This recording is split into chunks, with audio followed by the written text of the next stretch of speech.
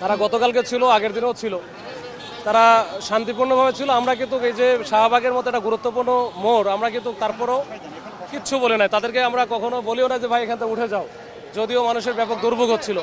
আমরা কয়েকবার রিকোয়েস্ট করেছিলাম। তো আজকে সকালে আমরা মন্ত্রণালয়ে যোগাযোগ করেছিলাম, করার পরে এটা অনেক পজিটিভ ছিল যে আপনারা জানেন ইতিমধ্যে কিন্তু একটা প্রজ্ঞাপন জারিও হয়ে গেছে, যেটা তারা চাচ্ছিল। ওই সময়টাতে আমি তাদের, যখন এরা এদিকে চলে আসে তার আগেই কিন্তু ওদের নেতৃত্বের সাথে আমার কথা হচ্ছিল।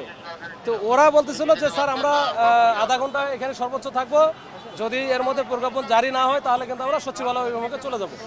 বলো ঠিক আছে, তোমরা কিছুক্ষণ আধা ঘন্টায় থাকো, আমি একটু যোগাযোগ করতেছি, যত দ্রুত দেওয়া যায় এটা দেওয়ার ব্যবস্থা করতেছি। তো এর মধ্যে দেখছেন হুট করে তারা কিন্তু ওই যে যমুনার দিকে ইন্টারকন্টিনেন্টাল মোড়ে আমাদের যে ব্লকেট আছে এখানে দৌড়ায় তারা সব চলে আসলো। আমরা জানিই না, আমরা পিছনে পিছনে দৌড়ে আসছি। এখানে ব্লক ভাঙার পরে তারা একেবারে যমুনা যে মাননীয় প্রধান উপদেষ্টা বাসভবন অবধি চলে গেছে।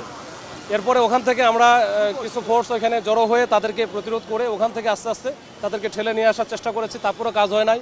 এরপর আমরা ওয়াটার ক্যানন নিয়ে এসে পানি মেরে হালকা ডিসপার্স আমরা করেছি। করার পর ওখান থেকে নিয়ে আসা পরে যে এখানে এখন হচ্ছে ব্লকের বাইরে চলে আসছি, এরা এখানে অবস্থান নিচ্ছে। আমাদের বেশ কয়েকজন গুরুতর আহত হয়েছে, তারা প্রচুর ইট মারছে। আর ওই যে তাদের কাছে যে হেক্সা চাকু টাইপের ছিল, এটা কয়েকটা জায়গায় আমাদেরকে মারার কারণে আমাদের কয়েকটা ছেলেপেলে কিন্তু এখন গুরুতর আহত।